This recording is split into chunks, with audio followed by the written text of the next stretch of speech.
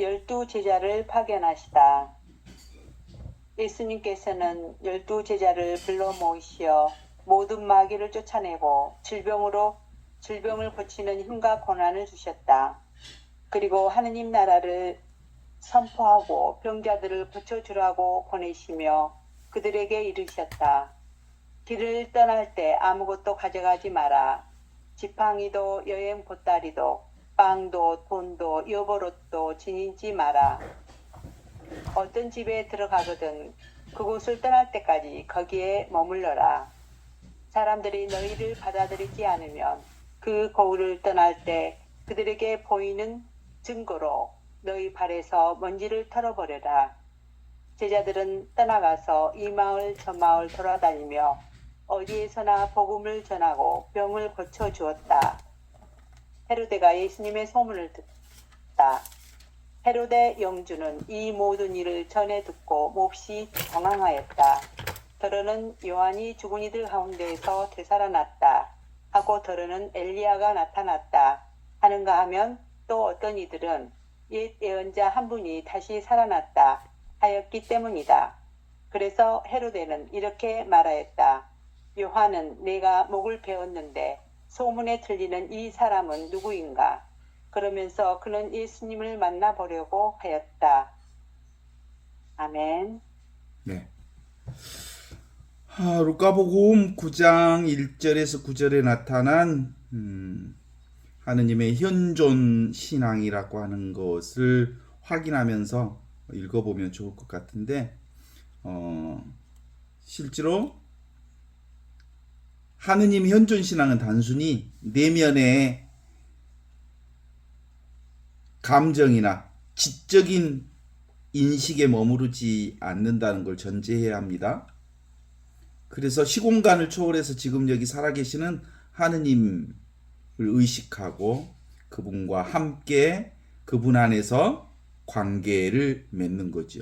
오직 하느님밖에 없잖아. 그죠? 하느님은 없다는 뜻이에요, 사실은. 없이 계시는 하느님이 우리의 본성이라고 하는 것이죠. 그래서 그리스도교 영성의 가장 핵심적인 요소 중에 하나가 바로 그리스도교 전통 안에서 깊이 연구되어지는 게 바로 지금 여기 이 순간 살아계신 하느님, 그분이 그리스도이시다라고 하는 거거든요. 그래서 루카복음 9장 1절에서 9절은 예수 그리스도께서 12 제자들에게 능력과 권위를 주시면서 파송하시잖아요. 그들이 사명을 수행하는 정 과정에서 경험하게 되는 다양한 상황들을 기록하고 있는 게 그 루카복음인데, 이 루카복음 1장에서 9장 1절에서 9절까지는 제자들이 복음을 전하는 과정에서 겪는 영적인, 물질적인 도전을 통해서 하느님의 현존 신앙이, 지금 여기 이렇게 살아계신 하느님의 신앙이 어떻게 도전받는지를 얘기하고 있죠.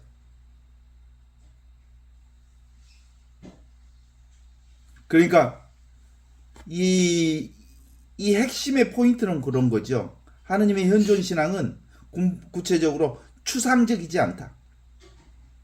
개념적이지 않다. 생각에 국한되어 있지 않다. 그냥 이렇게 100% 드러나 있다.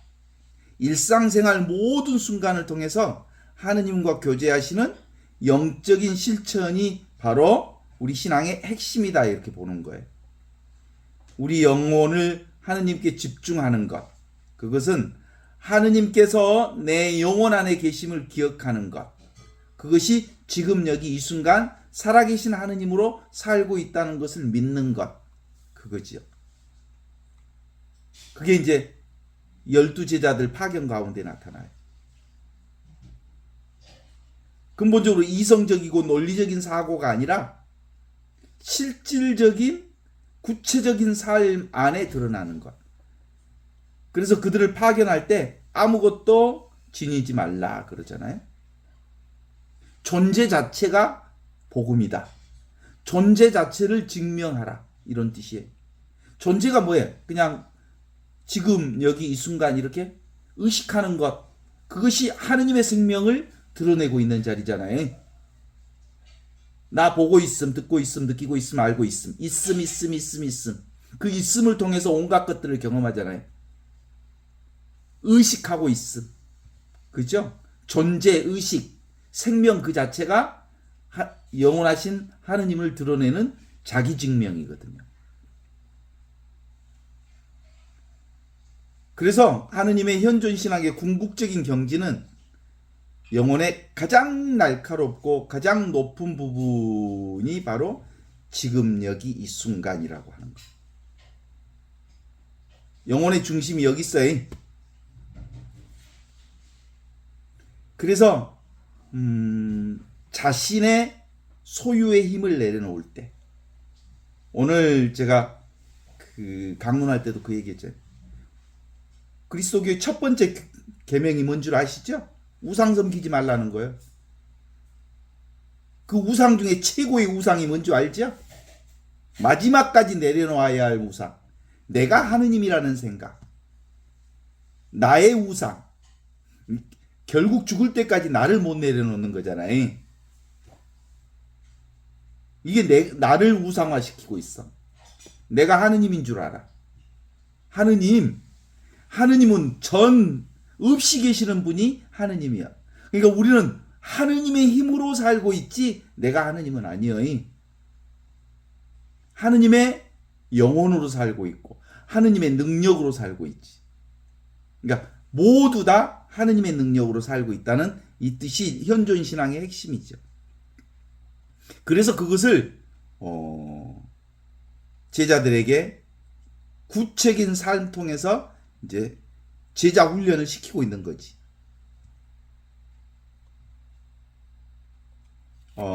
특별히 이제 가톨릭 교회와 개신교 안에서 이 현존 신앙이라고 하는 것이 성체성사를 통해서 아주 극명하게 드러나거든요. 성체성사라고 하는 건 근본적으로 모두가 다 하느님의 몸이라는 뜻이에요. 그것을 전례 안에서 드러내는 게 이제 성체성사로 드러나는 거예요. 눈에 보이는 모든 게 바로 하느님의 몸이다. 오케이? 전례 안에서. 그런데 그것이 가톨릭 교회의 최고의 은총이 뭐라고? 미사예요, 미사. 근데 그 가톨릭 교회의 최고의 은총인 미사만을 붙잡아 버려서 가톨릭 교회가 묶여버린 거예요, 미사에. 사실은 이 미사의 은총이 삶 전체로 퍼지도록 하기 위해서 미사의 마지막 말이 미사가 끝났으니 가서 복음을 전합시다 그래요. 미사를 삽시다 이 말이요. 성체성사가 우리의 일상생활이 되도록 합시다. 이게 미사의 핵심이요. 근데 온통 미사만 은총이라고 생각하는 이 바보 멍청이의 신앙이 돼버리고 만 거예요. 미사만의 신앙이 아니고 미사가 일상생활이 되자 이런 게 가톨릭 교회의 최고의 은혜예요. 미사가 끝났으니 가서 복음을 삽시다. 내가 복음이라는 것을 드러냅시다. 완벽하게 완전히 구원되어 있다고 하는 것을 드러냅시다. 하나도 부족함이 없는 구원된 세상을 하느님께 예수님께서 선포하신 게 바로 예수 복음이거든요.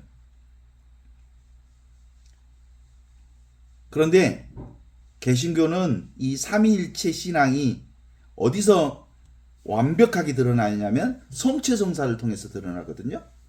성부 하느님이 보이는 성자를 통해서 온전히 하나다. 이게 성체성사예요. 아시죠? 보이는 것이 보이지 않는 하느님을 드러내고 있다. 이게 성체성사라고. 밀떡이, 그런데 미사 안에서는 밀떡 안에 뭐가 있다? 하느님과 온전히 하나로 되어 있다. 이런 거란 말이에요. 그러니까 이것을 전례 안에다 가두니까 문제지. 눈에 보이는 세상이 전부 하느님을 드러내고 있는 성사다. 이게 성체성사의 핵심이에요. 그런데 개신교는 어떻게 보냐면 이 물질 세상이 하느님을 표현하고 있다. 이렇게 보는 거예요. 근데 가톨릭 교회에서는 이 물질과 하느님이 둘이 아닌 완벽하게 붙어 있다, 하나다, 이런 뜻이요. 눈에 보이는 세상 전체가 하느님과 완벽하게 하나다. 그런데 그리스도교는, 개신교는 밀떡 속에, 밀떡이라고 하는 게 하느님의 표상이다, 이런 뜻이에요. 표시다, 표시. 영광을 드러내는 표시다. 그러니까 표시라고 보는 게 아니요. 무슨 차이라고? 세상 전체가 완벽하게 하느님과 하느님의 생명으로 살고 있다는 게 그리스도교 신앙이라고. 그래서 근본적으로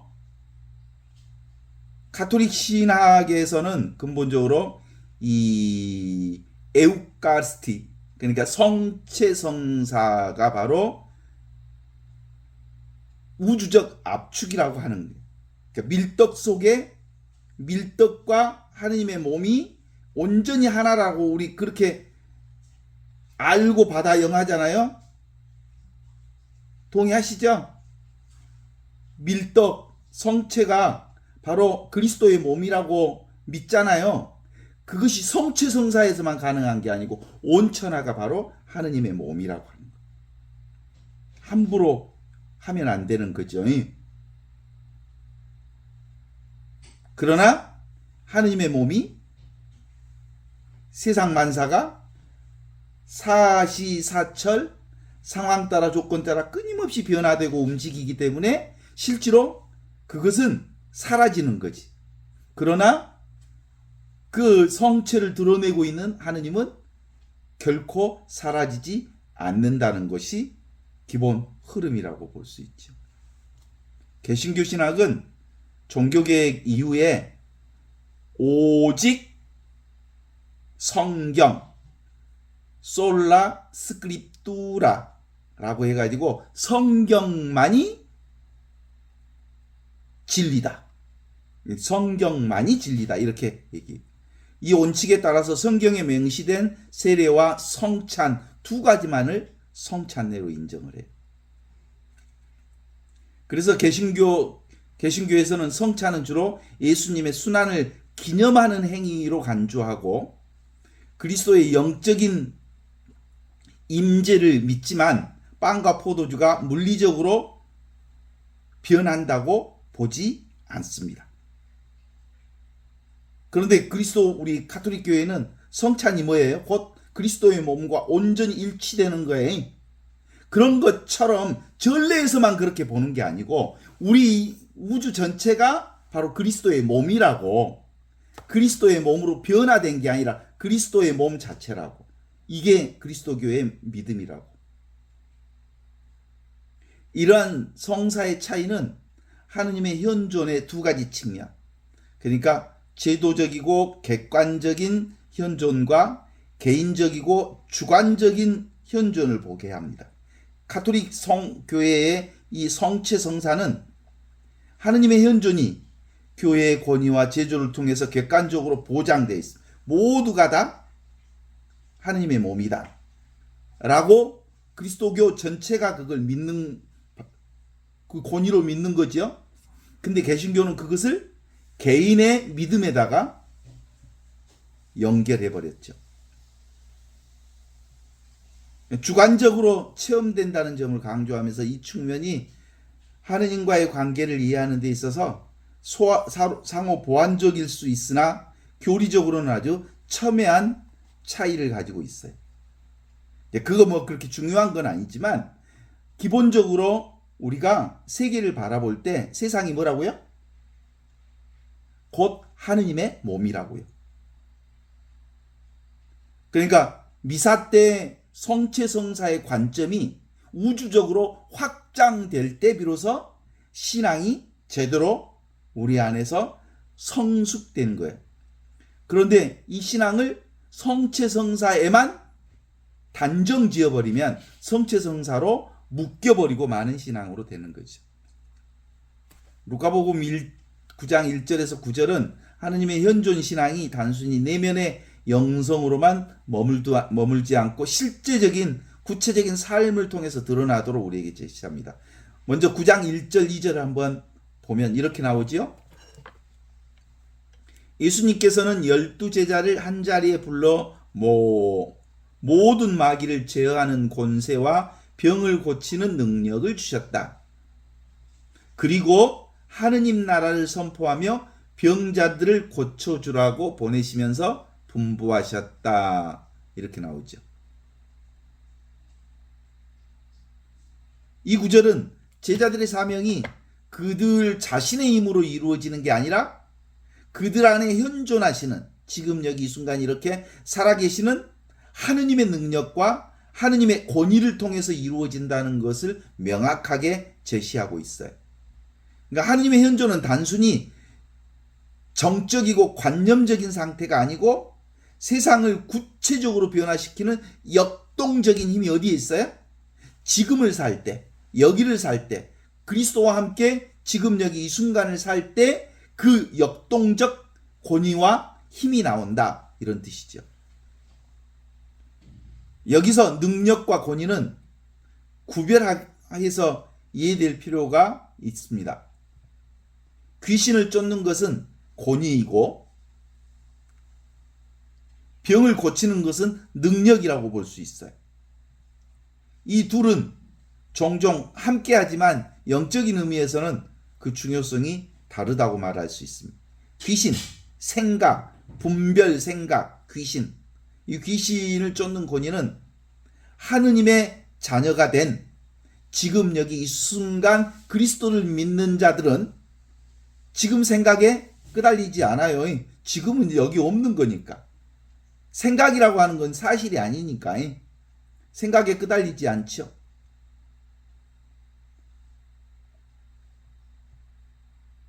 반면에 병을 고치는 능력은 하느님께서 목적을 위해 특별히 부여해 주신 은사인데, 이 병이라고 하는 건 근본적으로 지금 여기 이 순간 그리스도를 살지 않게 여기를 떠나 있기 때문에 나타난 병적 현상이거든요.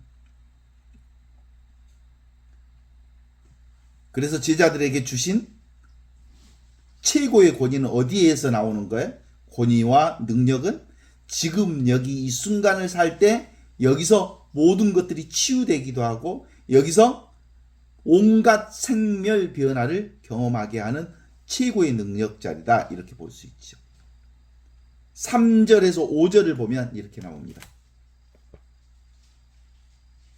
길을 떠날 때는 아무것도 지니지 말라. 지팡이나 식량자루나 빵이나 돈도 물론 여벌옷도 그리고 다니지 말라.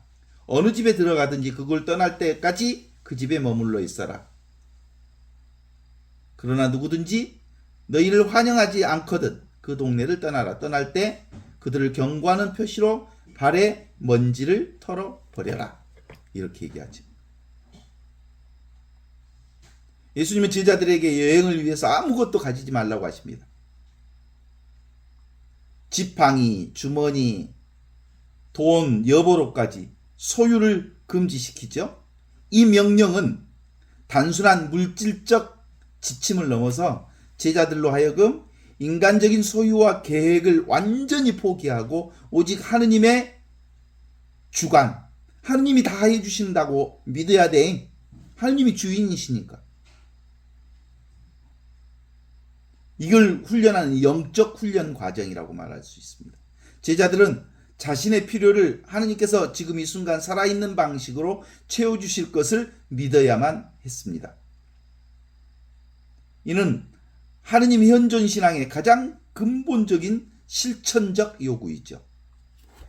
이러한 물질적인 궁핍은 하느님의 공급하심을 더 명확하게 경험하게 하는 역설적인 통로가 되죠. 우리가 보통 없을 때 하느님께서 온전하게 그걸 주관해 주신다는 것을 너무 잘 깨달을 수 있어요. 물질이 너무 많으면 내가 하는 것처럼 생각해. 그래서 제자들은 빈손으로 나갔기 때문에 영접하는 이들의 환대는 단순한 친절이 아닌 하느님의 현존을 체험하는 통로가 되었다고 볼 수 있습니다. 예수님은 영접하지 않는 곳에서는, 예수님을 환영하지 않는 곳에서는 발의 먼지를 털어버리라고 명하십니다. 이는 유대인들이 이방 지역의 부정한 흙을 털어내는 풍습을 빗대서 상징적으로 표현하는 말이거든요. 이 행위는 제자들을 거부하는 것은 곧 하느님의 현존을 거부하는 것이며 제자들에 대한 영적 심판이 이미 이 땅에 시작되었음을 경고하는 것이에요. 그러니까 근본적으로 지금 여기 이 순간 살아있는 하느님 그리스도에 대한 현존을 부정하는 것은 하느님을 부정하는 거라고. 동의하십니까? 하느님 여기 계시는데 뭘 나를 지금 여기 이 순간 이렇게 살아있는 것을 부정한다는 건 도무지 있을 수 없는 일이거든요. 6절로 들어가면 이렇게 나오죠.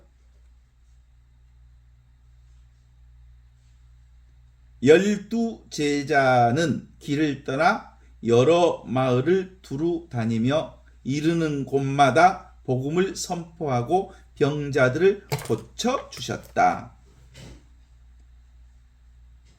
예수님의 명령에 대한 제자들의 즉각적인 순종은 그들이 하느님의 현존과 그분의 권위를 온전히 믿고 의탁하였음을 보여주는 증거입니다.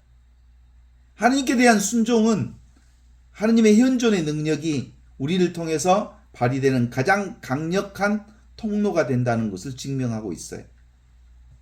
제자들은 자신의 능력이 아닌 하느님의 현존을 믿고 나아갔고 그 결과 복음이 전파되었고 하느님 나라가 현재적으로 도래하는 역사가 이루어졌다고 볼 수 있죠.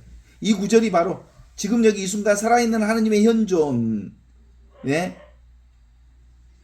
복음 전파와 치유 사역을 통해서 세상에 구체적으로 나타나는 방식을 증언하고 있어요.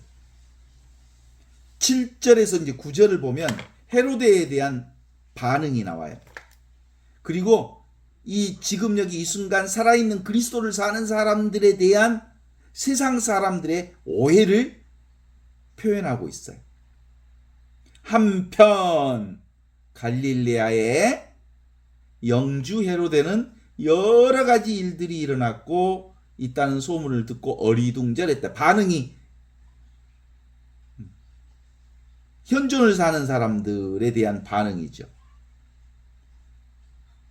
죽은 세례자 요한이 다시 살아났다. 엘리야가 나타났다. 예언자 중에 하나가 나타났다. 그러나 헤로데는 요한은 내가 목을 베어 죽였지 않은가? 그렇다면 소문에 들리는 그 사람은 도대체 누구인가 하면서 예수를 한번 만나보려고 했다.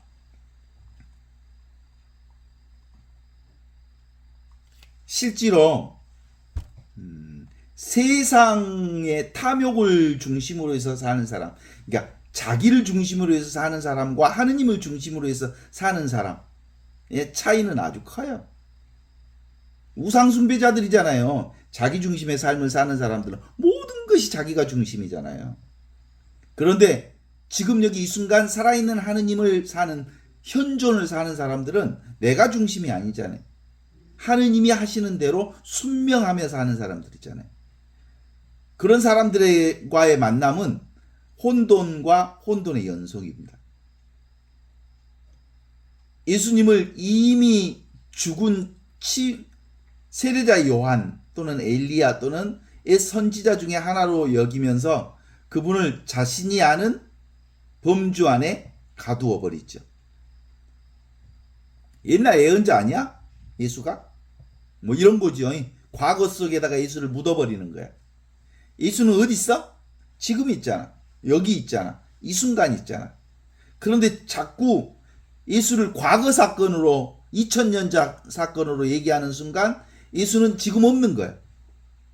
이게 세상 사람들의 반응이며 헤롯의 반응이에요. 우리 대부분의 그리스도교 신자들도 예수님 사건을 2000년 전 사건으로 보잖아요. 지금 여기 이렇게 살아계신 그리스도를 만나는 사람들이 별로 없잖아요. 예수님 왜 우리를 방해하요? 그러면서 예수님을 과거 사람으로 하늘에나 좀 올라가 계시죠. 2000년 전 사람이잖아요. 우리 왜 현재 지금 이 순간을 사는 나를 간섭하여? 이게 대다수의 신앙인들의 삶의 태도잖아요. 헤롯의 반응은 근본적으로 하느님의 현존이 세상의 권위와 인간적인 지혜로는 도무지 이해할 수 없는 신비임을 보여줍니다. 우리가 현존 신앙 얘기하면 기존에 있는 신앙인들 안 믿어요. 안 믿어. 그는 하느님의 현존 자체를 두려워하고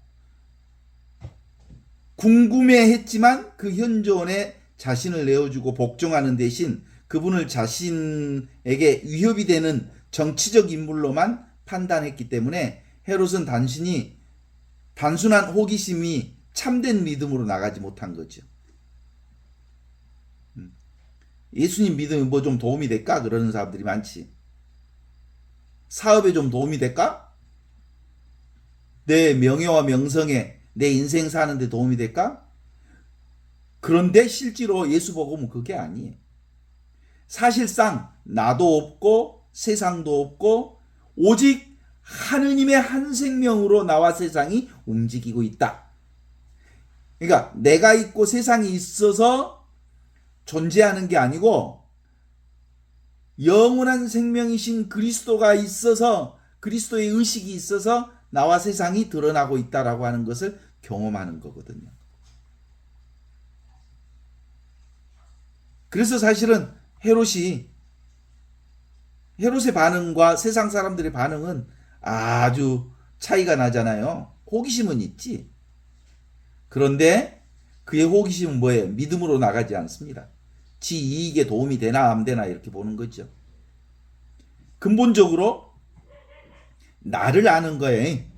신앙은이 내가 누구야?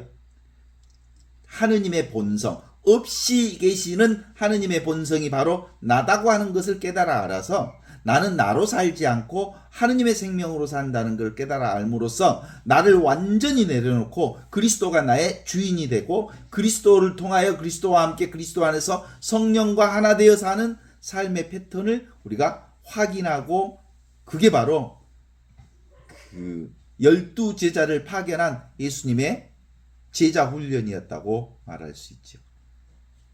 그러니까 누가복음 9장 1절에서 9절의 가르침은 2000년 전 제자들의 얘기로 그치지 않고 지금 여기 살아있는 우리에게 하느님의 현존 신앙의 본질을 깊이 깨닫게 하는 살아있는 메시지도 받아들일 때 내가 지금 살아있는 거예요. 내가 살아있는 것 자체가 그리스도가 살아있는 거예요. 내가 의식하는 것 자체가 그리스도가 살아있는 거예요. 동의하십니까? 살아있음 이것뿐이야. 살아있음. 그러니까 보고 있고 듣고 있고 느끼고 있고 숨쉬고 있고 말하고 있고 잠자고 있고 그리고 미워하고 있고 미워하고 있는 것도 뭐야? 내가 살아있으니까 미워하지. 그죠? 근본적으로 그래서 이 살아있음의 은혜가 살아있음의 은총이 미움이라고 하는 사실을 발동시킨다는 점에 있어서 사랑이 미움을 앞서. 요한복음 들려봤잖아. 한처음 말씀이 계셨다. 말씀은 하느님과 똑같았다. 모든 것은 말씀을 통해서 생겨났고 말씀 없이 생겨난 것은 아무것도 없다. 말씀이 곧 빛이다. 말씀을 통해서 산다 이 말이야. 말씀이 곧 의식이라는 뜻이야. 말씀이 곧 생명이라는 뜻이야. 말씀이 곧 존재라는 거야. 말씀이 곧 모든 것이라는 거야. 그런데 이것이 바로 빛이고 모든 것이니까 빛이 왔음에도 불구하고 사람들은 이 말씀으로 이 존재로 이 의식으로 하느님의 생명으로 하느님의 본성으로 살기보다 지 생각으로 지 어둠 속으로 빠져 들어갔다. 그러나 마지막까지 어둠이 빛을 이길 수는 없다. 그 얘기를 하는 거죠. 그러니까 근본적으로 우리의 복음 선포는 뭐예요? 지금 여기 이 순간 이렇게 살아있는 그리스도를 증언하는 것이니까 그리스도를 증언한다고 해서 뭐 길거리 나가서 빰뿌리 내리고 예수 믿어라 그런 게 하라는 게 아니에요. 그냥 살라는 거예요. 그냥 살아있음을 드러내 보이라는 거예요. 그죠? 그냥 사는 거 그것이 복음이에요. 근데 어떻게 살아? 공동선을 실천하면서 사는 거예요. 함께 더불어 사는 세상을 만들어가는 거예요. 그것이 바로 진선미를 드러내는 그리스도인들의 삶이라고 보는 거죠. 그래서 루카복음 9장 3절에 아무것도 가지지 말라라고 하는 명령은 단순히 물질적인 소유를 포기하는 윤리적인 지침을 넘어서 하느님의 현존 신앙을 넘어서는 첫 번째 관문이. 이 자리는 아무것도 없어. 아무것도 없는 자리에서 모든 것을 만들어내. 동의하십니까? 뭐 갖고 폼 잡으려고 하지 말고 내가 아무것도 없기에 나는 모든 것이 내 것임을 다 아는 거예요. 그래서 이것은 자기를 부인하고 자기 자신을 내려놓고 날마다 제 십자가를 지고 나를 따라야 한다라고 하는 예수님의 더 큰 명령의 속옷과도 같은 말씀이라고 볼 수 있죠. 인간은 본성적으로 내 힘, 내 의지, 내 생각, 내 계획으로 허점이 생기는 것들을 최대한 막아서 평탄하고 부족함이 없는 삶을 추구하고 싶어해. 그렇지만 그러한 태도는 하느님께서 일하실 공간을 남겨두지 않는 행위이기에 반대로 아무것도 가지지 않는 삶은 역설적으로 가장 안전하고 가장 풍요로운 삶으로 드러나게 해주는 것. 그러니까 이 세상에서 제일 행복하고 풍요로운 사람들이 누구예요? 어린아이들이잖아. 어린아이들은 뭐가 좋아서 그렇게 맨날 웃고 다니잖아요. 그것도 무슨 지금 초등학교 다니는 대한민국의 어린아이들은 인상 빡빡 긋고 다니지 학원 다녀야 되니까. 갓 태어난 아이들, 빵긋빵긋 웃는 아이들 봐봐. 철없는 아이들. 철 들면 그때부터 배려부라. 철이 들었다 이 말은 이제 자기 생각이 시작되었다. 자기 의지가 시작되었다. 자기 욕심이 시작된 게 철들 것이죠. 철들지 않는 아이들을 닮아라 이 말은 바로 아무것도 없기 때문에 가장 행복하고 가장 부자들이지. 그런 것과 같이. 그쵸? 그런 의미에서 진정한 믿음은 자기 증명의 싸움에서 벗어나는 것입니다. 자기가 원래 없다는 것을 드러내는 것. 원래 없어. 나와 이 세상은. 뭔만 있어? 살아있음, 생명, 전체 생명으로서 하느님만 있어. 하느님은 어떤 분이요? 없이 계시는 분이요. 없는데 계셔. 그래서 우리가 아무것도 소유하지 않고 오직 하느님의 능력과 하느님의 권위에 의지하여 사명을 수행할 때, 우리가 살아갈 때 우리의 삶 자체가 하느님의 현존을 증거하는 산 증거가 된다는 것이 바로 루카복음의 증언이지요. 우리의 성공과 성취가 아닌 우리의 궁핍과 우리의 부족함 속에서 하느님의 역사하심을 드러내는 것. 이게 복음 전파의 핵심입니다. 나는 아무것도 안 했는데 하느님께서 모든 것을 하셨다. 이걸 뭐라고 해?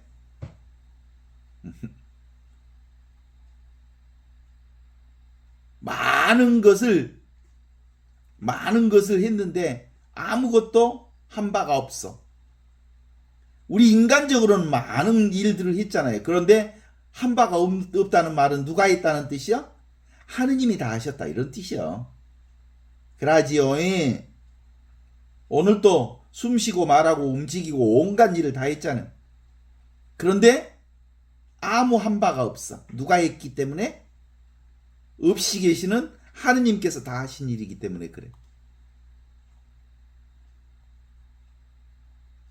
루카복음 9장은 제자들의 세상 파견을 오병이어의 기적인 루카복음 9장 10절에서 17절과 아주 긴밀하게 연결되어 있거든요.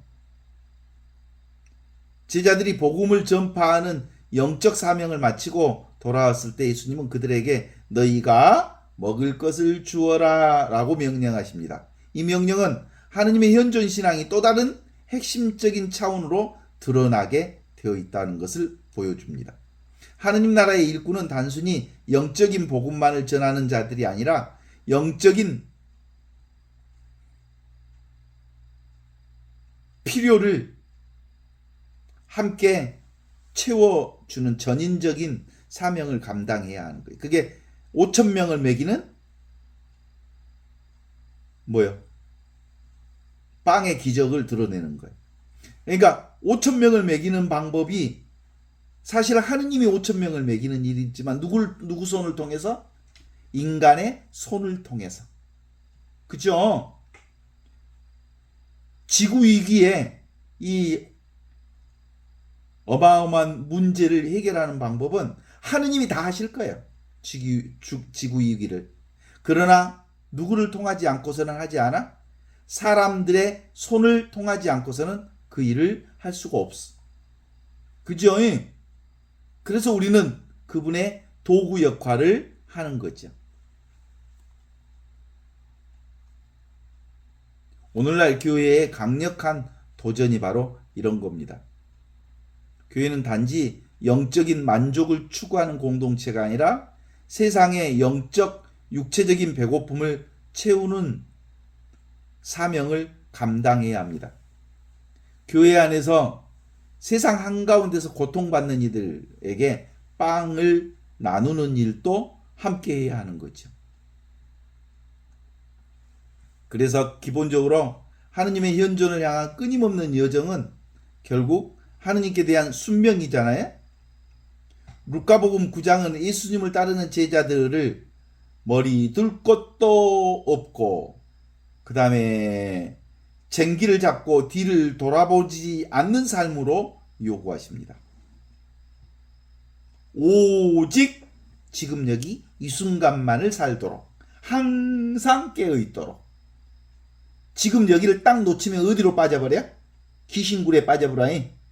생각에 빠져버려. 그래서 자기가 또 주인이 돼버려. 그래서 자기가 대장이 돼버려. 하느님의 현존 신앙은 끊임없이 겸손 훈련을 하는 거예요. 끊임없이 자신을 내려놓는 훈련이죠.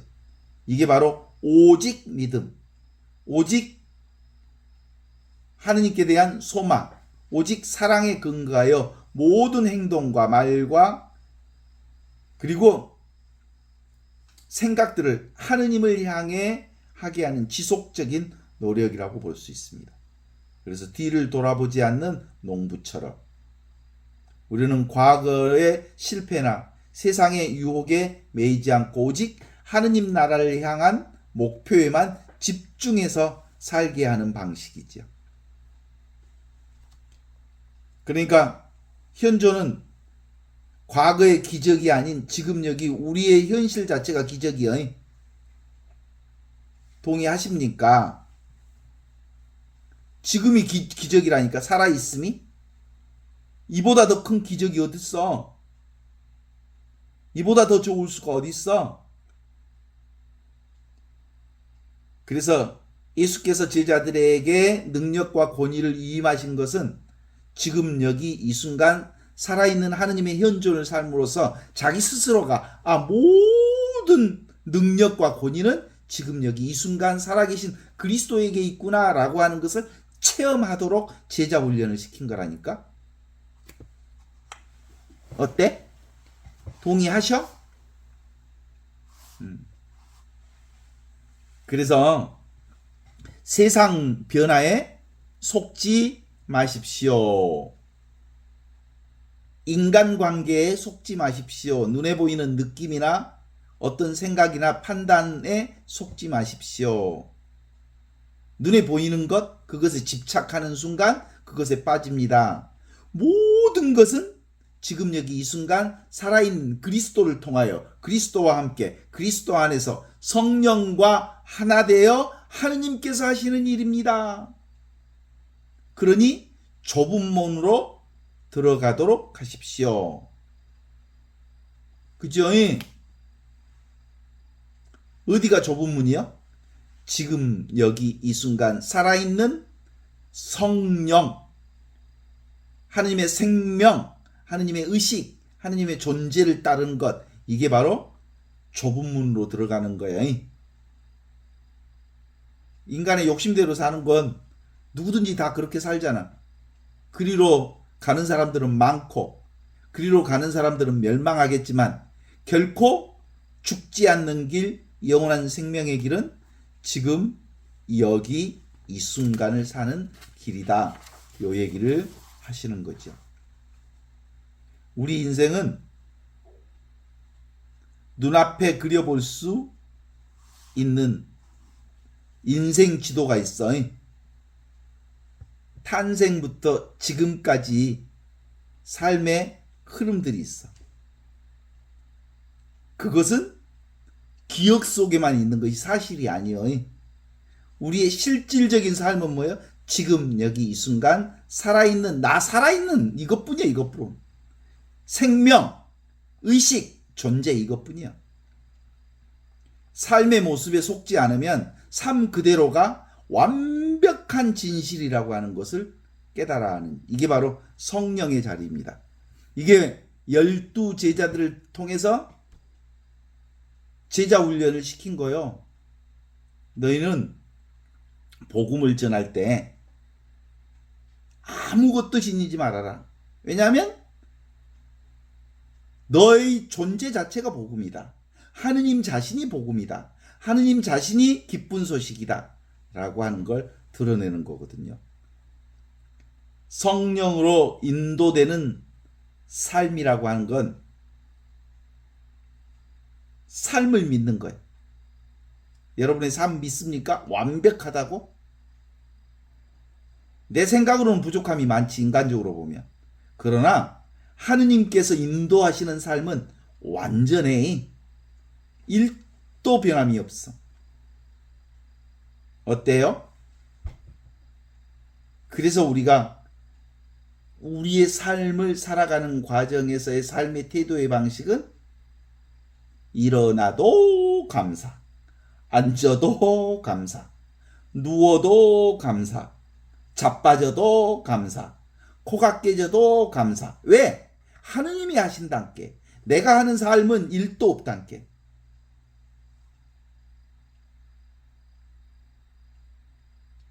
성령께서 우리의 삶을 살아내고 계십니다. 그래서 일체 유의법, 모든 것이 이 하느님의 의식 하나로 드러나 있어. 하느님의 생명 하나로. 그러니까 한번 생각해 봐요. 우리의 삶 전체는 아무런 문제가 되지 않아. 뭐 때문에 문제가 돼? 생각하니까 문제가 돼. 완전해. 요건 우리의 존재 자체 하느님으로 사니까 완벽한 삶을 사는 거예요. 그래서 누군가가 온갖 일이 일어나도 아무 일이 일어난 적이 없어. 천둥 번개가 쳐서 벼락이 떨어져서 세상이 무너져도 사실상 하느님에게는 어떤 손상도 없어. 그 하느님의 본성이 바로 내 본성이요. 비가 오고 눈이 내리고 봄, 가을, 겨울 해가 가고 달이 가고 사시사철 온갖 것이 변화돼도 하느님은 1도 변함이 없어. 1도 변함이 없기에 온갖 변화를 다 알아. 여러분 다 알죠? 요즘에 가을이라는 변화를 알잖아. 뭐 때문에 알아? 내가 하느님이니까 변화를 알지. 내가 하느님의 생명을 가지고 있기에 온갖 변화를 다 경험하지. 나라고 하는 건 전혀 변화가 없기 때문에 변화를 경험한다니까. 이것보다 더 놀라운 일이 어딨냐고. 응? 그래서 사실상 이걸 믿지 못하면 이걸 성령을 거스리는 죄라 그랬어. 하느님이 우리 인생을 움직인다고 하는 것, 이걸 거부하는 자는 절대로 용서받을 수 없다 그랬다니까. 모든 인간적인 약점들은 다 용서받을 수 있다. 설령 그것이 부모를 죽인 죄라 할지라도 나중에 그가 회개할 수 있으니까 용서받을 수 있지만, 성령께서 우리의 삶을 살게 해주신다고 하는 이 죄를 거스리는 건 용서받을 수 없다. 뭐 네가 산다고야? 성령께서 우리를 살려주신다고 하는 이 믿음을 도무지 거스릴 수 없는 거다 라고 하는 건데, 믿습니까?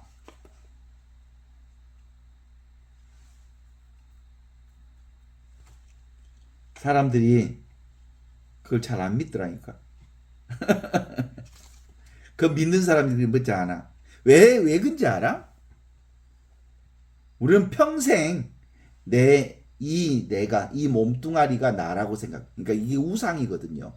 이거 자기 자신을 버리고 제 십자가를 지고 나를 따라야 된다는데, 이 내 몸뚱아리가, 내 생각이 나라고 하는 이 우상으로부터 내려놓지 못하니까, 첫 계명을 1계명을 지키지 못하니까 2계명도 지키지 못하고 3계명도 지키지 못하고 4계 모든 계명을 사실상 지키지 못하는 거예요. 하느님의 계명을 지킨다는 건 근본적으로 뭐가 하느님이요? 없이 계신 하느님이 진짜 하느님이라는 거 아는 거예요. 없어. 근데 너무나도 분명하게 있어. 어떻게? 보고 듣고 느끼고 아는 이 하느님으로 있다고. 그건 내가 지금 사용하고 있잖아. 지가 하느님으로 살고 있으면서, 지가 하느님의 생명으로 살고 있으면서, 지가 하느님의 의식으로 살고 있으면서, 미쳐불겠네. 어떻게 이 몸뚱아리가 산다고 그래. 하느님의 의식이 보고, 하느님의 의식이 경험하고, 하느님의 의식이 보고 듣고 느끼고 다 아는 거지. 이 첫 번째 계명을 우리가 인정하지 못하니까, 고백하지 못하니까 다 허투루 신앙이 된다. 그러니까 얼마나 힘들어. 다 하느님이 하시는 건데.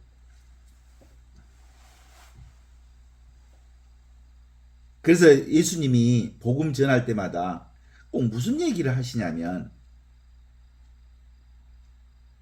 기쁜 소식을 전하는 거잖아요. 이거 원래 너희는 아무런 부족함이 없다. 원래 너희는 완벽하게 구원되어 있다. 원래 너희는 온전한 하느님의 생명이다. 이게 이제 예수 복음의 핵심이란 말이에요. 근데 사람들이 안 믿어. 그래서 질병에 빠져 있고, 그래서 늘 고통에 빠져 있는 걸 보면서 예수님이 그 복음을 전하면서 꼭 전제 조건을 거는 게 뭐냐면, 불쌍히 보이셔서. 사람들이 너무 불쌍한 거야. 지가 전부인 줄 알고 사는 꼬라지가 사실은 하느님의 생명으로 사는 건데. 그래서 예수님의 연민의 마음이 복음 선포를 더욱 가열차게 선포하신 내용 중에 하나가 그런 것 같아요. 그죠? 아무 부족함이 없어. 내가 설령 지금 이 순간 벼락 맞아 죽는다고 해도 아무런 문제가 안 돼. 내 생명이 아니고 이 생명이 벼락 맞아 죽어서 이 개인 생명이 없어져도 하느님의 생명은 죽을 수가 없어. 사라질 수가 없어. 벼락 맞아 죽는 일이 일어났어. 그런데 일어나지 않은 거야. 왜? 하느님에게는 어떤 생명에 흠집도 생기지 않거든. 벼락 자체가 하느님의 생명이거든. 오케이? 그래서 그냥 살면 되는 거예요. 완벽하게.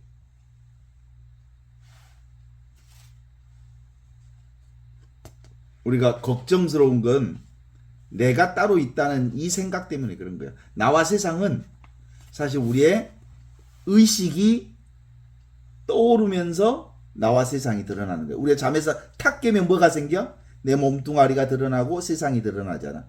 의식, 나의 의식이 생기니까 나와 세상이 드러나는 거지. 근데 내가 잠자기 전도 이 하느님의 생명이 있었거든. 그죠? 그리고 잠 잘 때도 있었고, 잠에서 깰 때도 있었고, 그러니까 잠자고 있음, 잠에서 깨어 있음, 그리고 꿈을 꾸고 있음, 모든 것은 다 살아 있음이라고 하는 하느님의 생명을 근거로 해서 일어나는 일들이기 때문에 그래.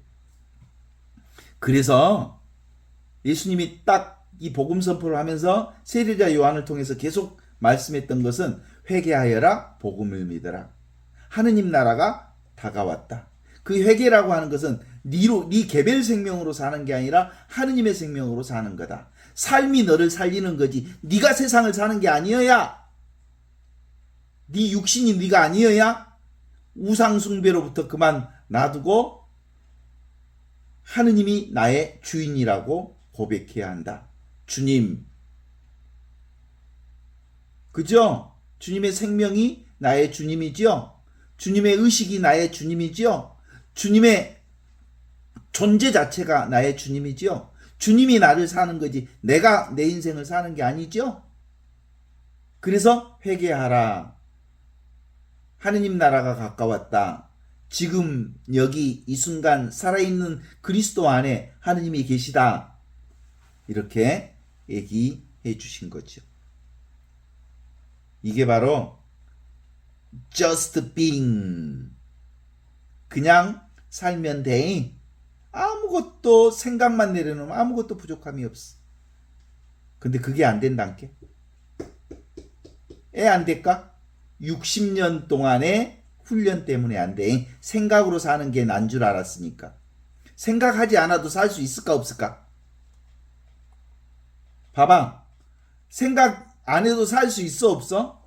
살 수 있죠? 근데 생각하면서 살면 더 재밌지. 그래서 생각하든 생각하지 않든 하느님이 살아. 이 생각도 하느님의 생명이, 하느님의 의식이, 하느님의 존재가 살려주시는 생각이니까. 생각에 아무런 문제가 없어. 내 생각으로만 사는 것, 산다고 하는 것만 내려놓으면 생각하면서 생각하지 않는 거예요.